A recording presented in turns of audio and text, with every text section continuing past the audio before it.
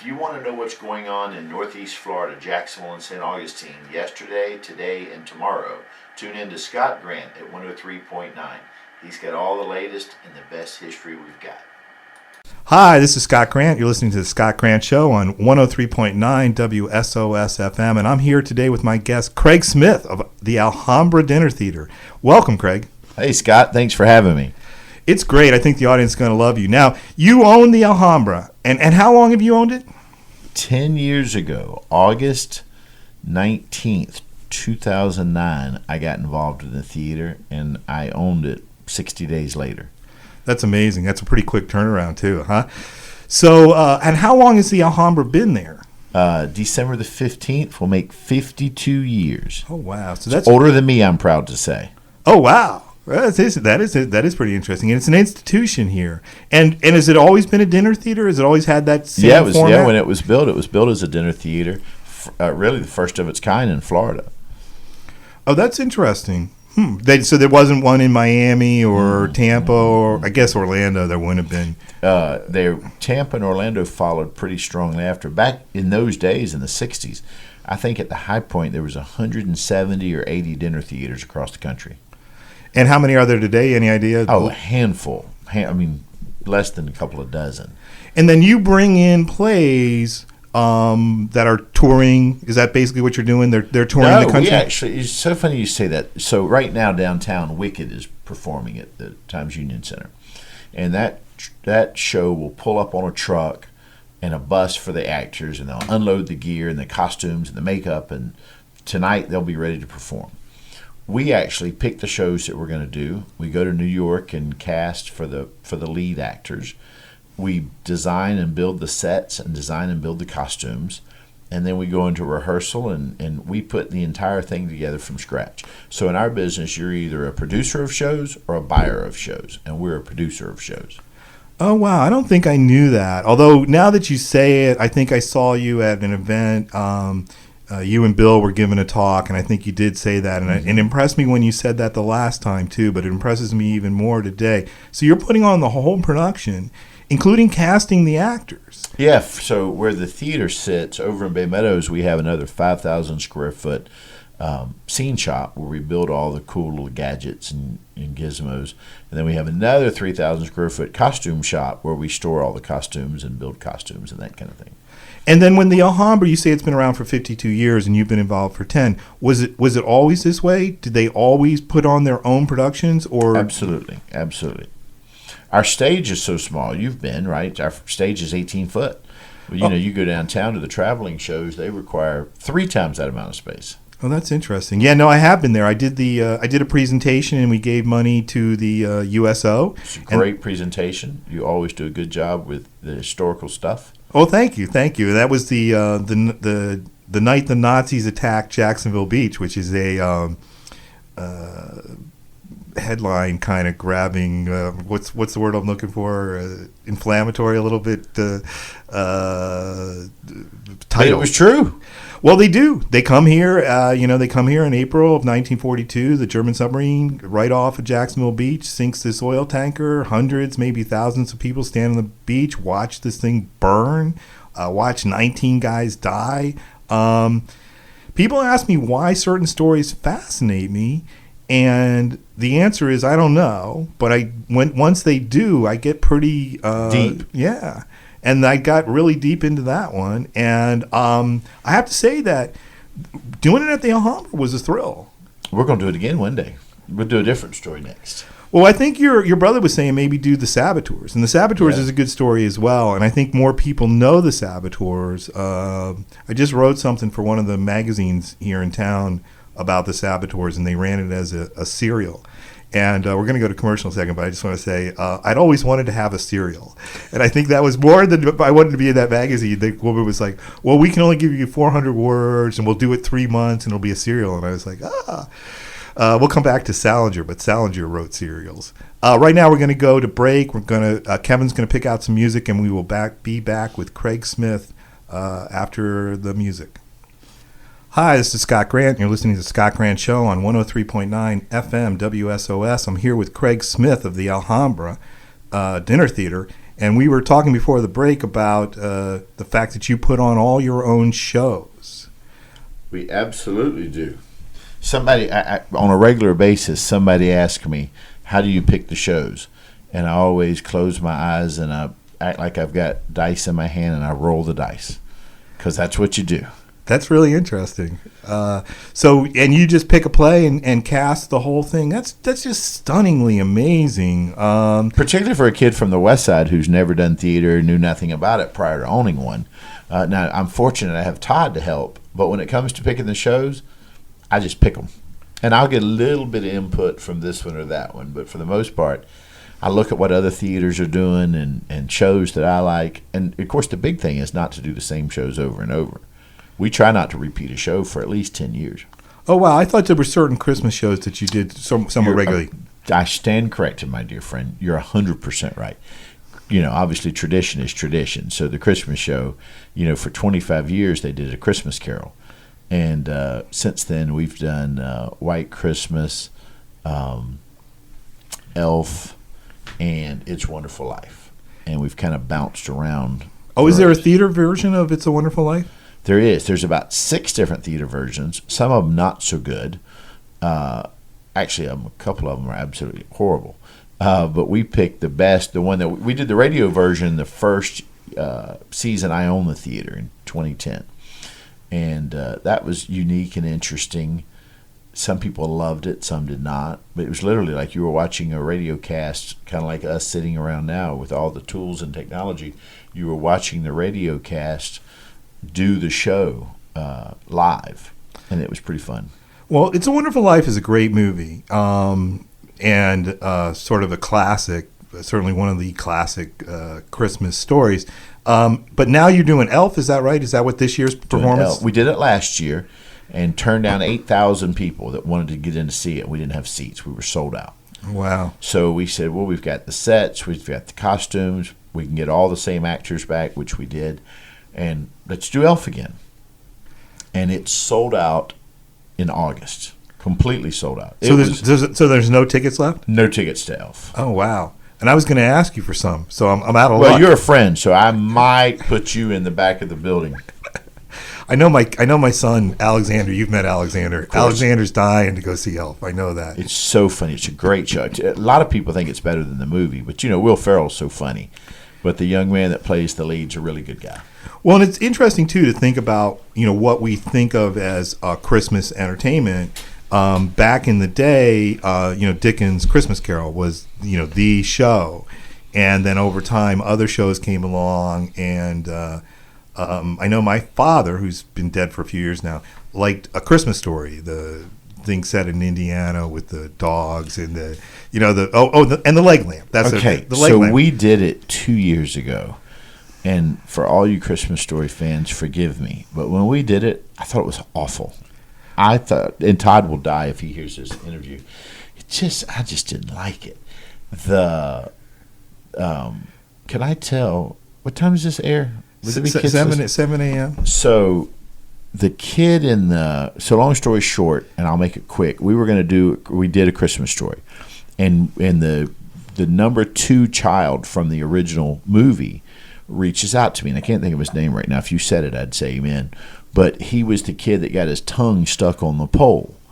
And he reaches out and says, hey, me and the guys, we come in and we do a meet and greet and we sign autographs and all that kind of stuff.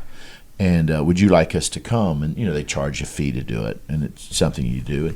And I was all excited about it. I said, oh, yeah, that sounds great. We'll have y'all in for opening weekend. And again, the show was pretty close to being sold out, but I just thought it'd be a nice touch. And so we're sitting in a staff meeting the next Tuesday, and I'm telling everybody this guy called and how interesting and how fun. And one of my staff members, who I'll allow to remain anonymous, said, well, you know what he's been doing since A Christmas Story? And I said, no. And she said, he's been doing porno. Oh, wow. And I said, interesting. So perhaps we should not have him for the Alhambra Christmas this year. And so we didn't hire them. Oh, wow. And we just let that story go. We moved on to the next topic on the agenda as everybody in the room was read, but none more so than me. That's a stark look behind the scenes at the Alhambra. Stark is the operative word. We will come back. We're going to go play some music, and we'll come back and talk some more with Craig Smith. Hi, this is Scott Grant. You're listening to the Scott Grant Show on 103.9 FM WSOS. I'm here with Craig Smith from the Alhambra Dinner Theater. And before the break, you were telling us a story about a Christmas story, which was a bit of a shock to all of us. Maybe we can talk about something else. One of the things that always fascinates me about the Alhambra is that J.D. Salinger comes there, I think, in 1981. Tell us a little bit about that, or what you know about that. Of course, in 81, I was still in junior high, but I bought the theater. We opened our first show after Christmas of 09 was High School Musical, Disney's High School Musical, which, by the way, if you want to do a show that guarantees no adults want to come to, do a show called Disney's High School Musical. We could shoot a shotgun through the place every night and not hit anybody. Oh, it was awful. I was scared to death. So it was a great show. Golly, the show was so good. And it had this young man from California who was a great kid, Tyler, who played the hunk, the good-looking kid. I can't think of his name right now. But played the lead role. And so his father calls, I don't want to say it was a Sunday, but maybe it was Tuesday. But his father calls and says, hey, your from L.A. He says, hey, your theater is on the front page of the L.A. Times today. And he, comes to me and says, hey, you're not going to believe this. We're on the front page of the L.A. Times. And I said, for what? And he said, J.D. Salinger died. And, of course, I first thought Pierre Salinger, right, because that's – oh, yeah? I never read A Catcher in the Rye. I was supposed to. I got the Cliff Notes. That's another long story I got in trouble at home about. But said, yeah, J.D. Salinger died. And there was a picture of him on the front page of the L.A. Times, and it was in the theaters, in the Alhambra Theater. And, of course, again, not knowing, so I went and did my research. And he was dating Elaine Joyce, who was an actress star in the 70s. And like all of the stars in the 60s and 70s, they go on the dinner theater circuit. And so she comes to Jacksonville to do a play, and I can't recall right now what the name of the play was.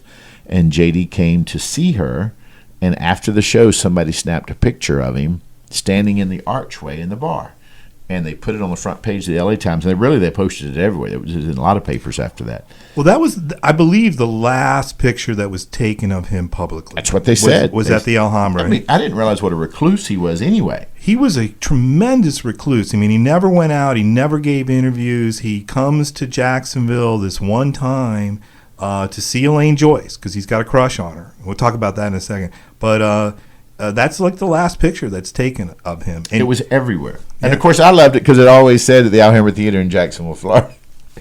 I mean, that's a neat thing. And the play was 4 Rooms Riverview, which was a Neil Simon play, I think, and it was abbreviated. So it was 4 RM Riv View.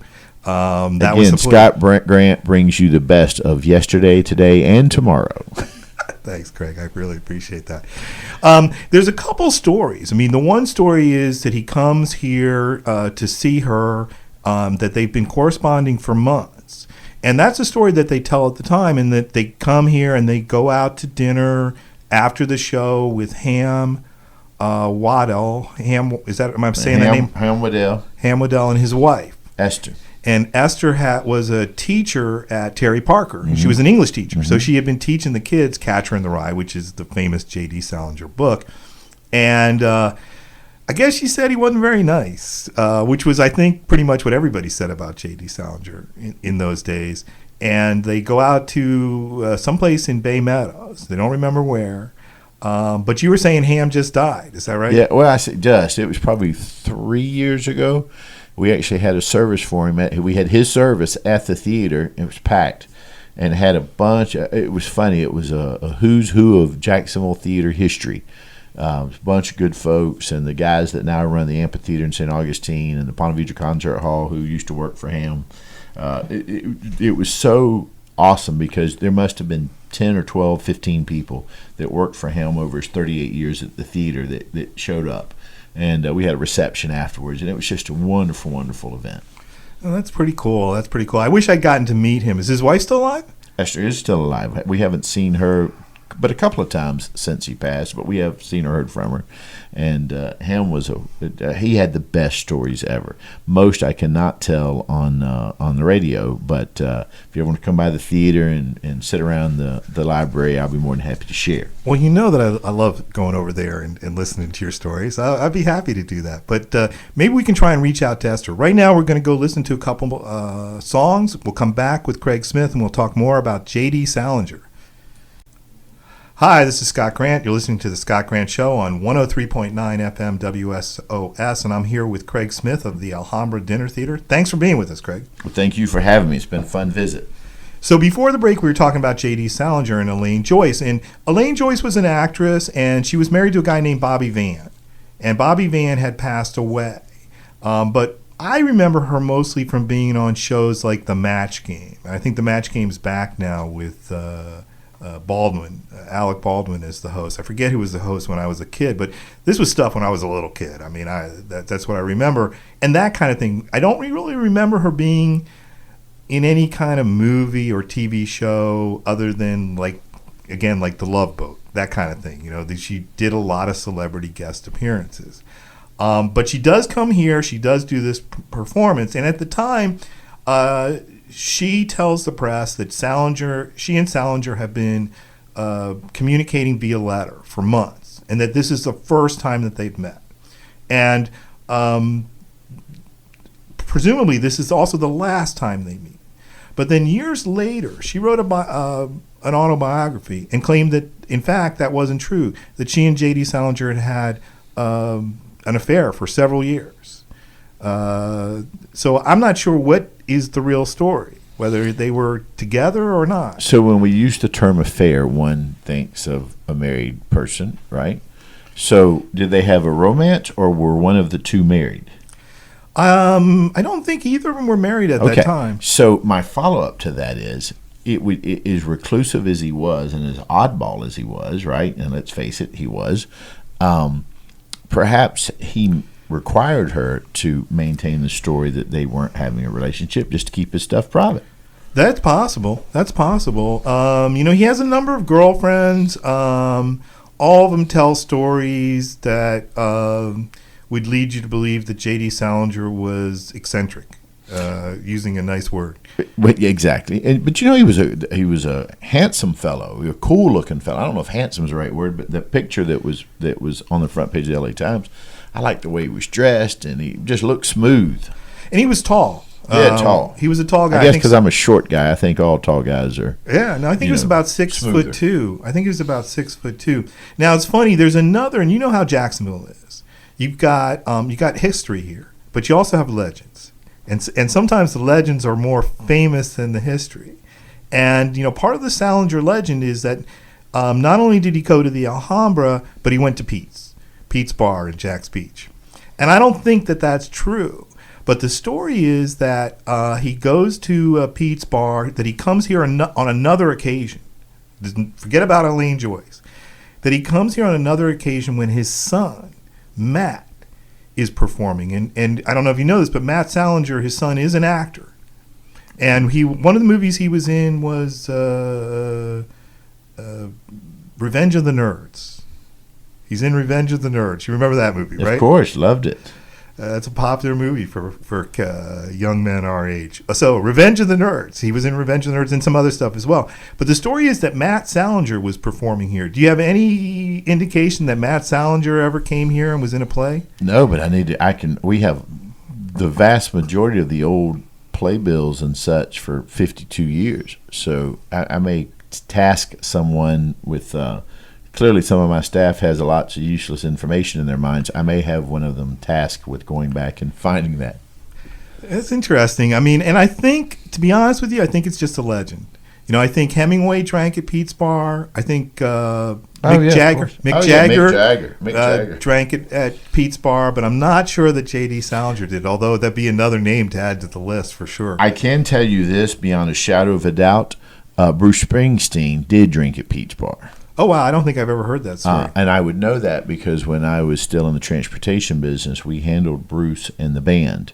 And one of the places that they went, the two places that I remember, one he got kind of mobbed, kind of got backed into a corner, was at Books A Million over by Publix. Oh wow! And he had his wife and daughter or son. I had a child with him, and then he and the wife went to Pete's at one point right by themselves, and I know that firsthand.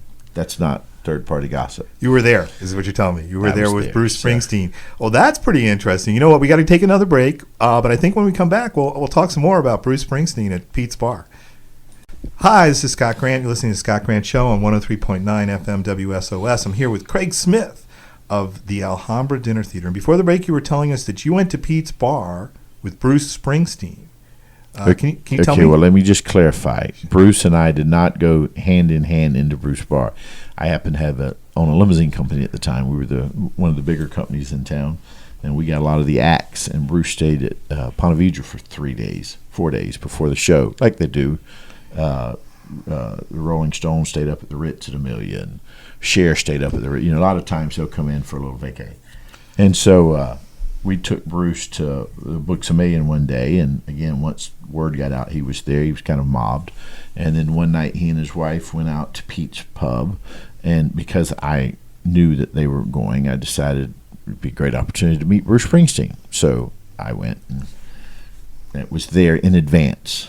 I did the same thing for my daughter to meet, not Hannah Montana, but the other one, Hillary Duff. I knew exactly what moment the limousine would be dropping her off, where she was staying, and so my 5-year-old got to meet and get a picture with Hillary Duff. It's still a highlight of her day, and she's 20 now. That's interesting. I can see I have a daughter who's 24, going to be 25. She liked both of those actresses, singers when she was young, and I could see that would be a big, huge thrill for her to have met them.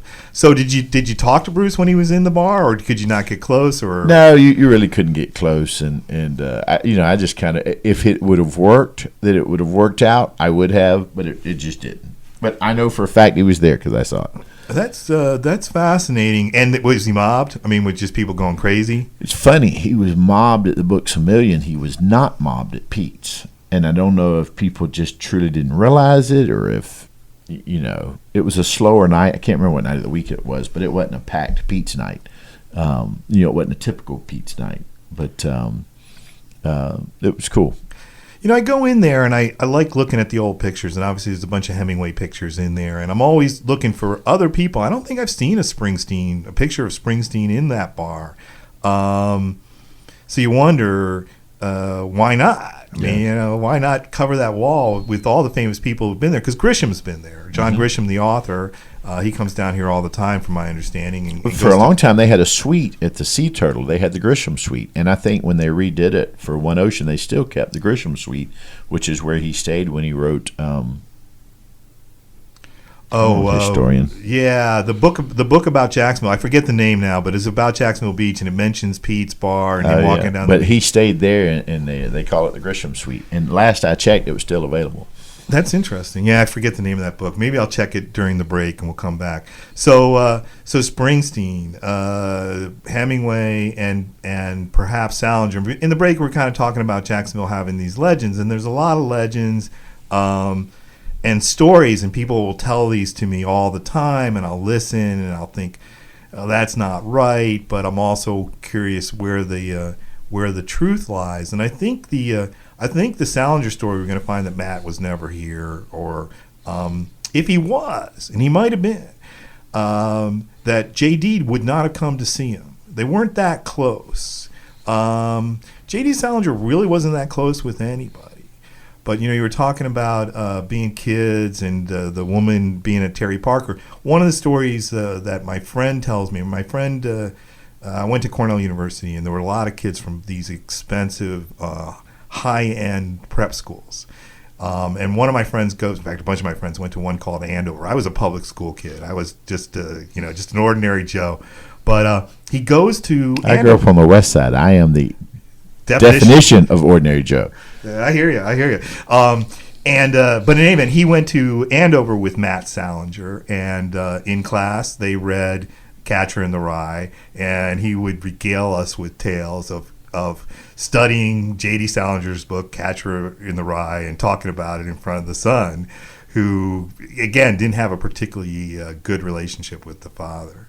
So I don't know. I don't know that J.D. would have come to see his son. He came to see Elaine Joyce because he wanted. He was infatuated with Elaine Joyce, and a lot older. All right, let's take one last break. We'll come back and we will give you a chance to talk about what's going on at the Alhambra. Hi, this is Scott Grant. You're listening to the Scott Grant Show on 103.9 FM WSOS, and we are recording today in beautiful downtown Ponte Vedra Beach.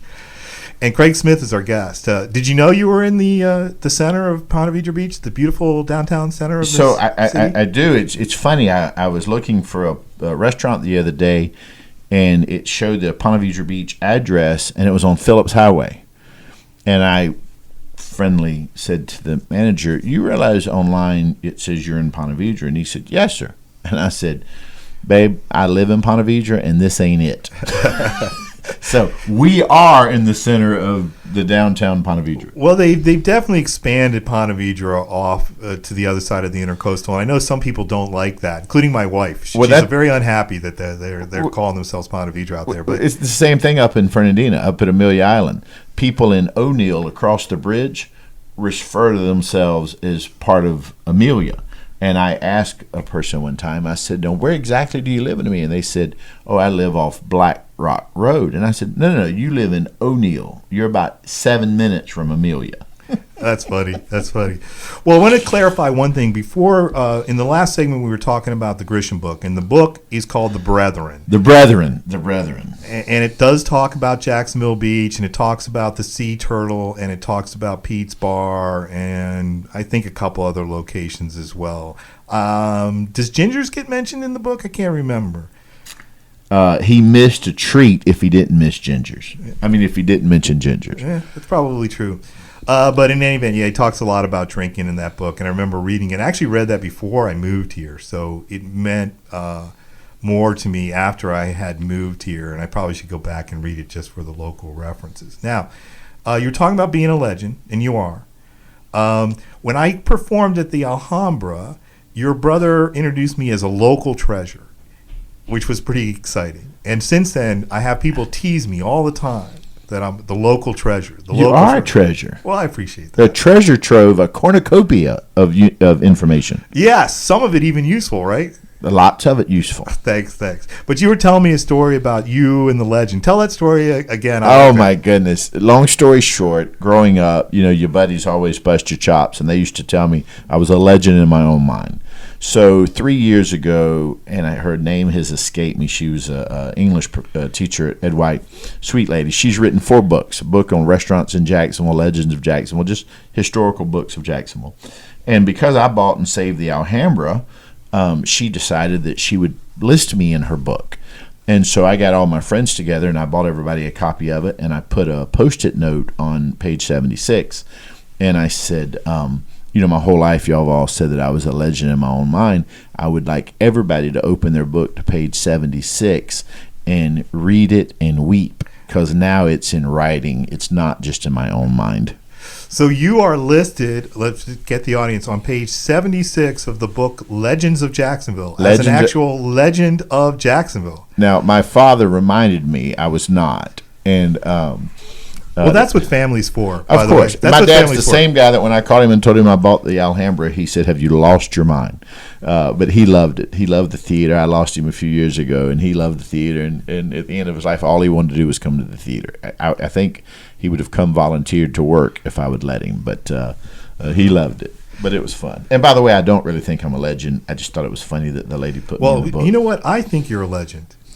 And my wife thinks you're a legend, and Jennifer thinks you're a legend, and I could line up a bunch of people to say you are, in fact, a legend, legendary, and a legend as well. I think I'm now the color. Our microphones for this interview are red, and I think my face is now the same color as the microphone. I get that too sometimes. You were saying about me. I mean, I'm humbled. I'm always humbled that people want to care what I have to say, want to read what I write, want to hear me speak about history. It's an amazing feeling. It's a really amazing feeling. It's very validating. It is so awesome. And to your point, people want to listen to what you say. I asked my dad to come to a Rotary meeting. I said, you can come with me and you can, have lunch and listen to the talk. And my dad said, who wants to hear anything you got to say? Well, the story I like to tell is this. Dolly Parton, everybody knows who Dolly Parton is. Her husband does not like her music. And he has only heard her perform once in the 50-plus years they've been married. So that's sort of a story about family, I think. Your family's not always your biggest fan when you're doing stuff. I did not know that. So before we go, we're running out of time. What's at the Alhambra right now? We're doing Jekyll and Hyde. It ends Sunday the 21st. It is a spectacular show, one of the top 3 we've ever had. We go into Elf. It's sold out. But next season, we've got Grease. We've got Footloose. We've got Cinderella.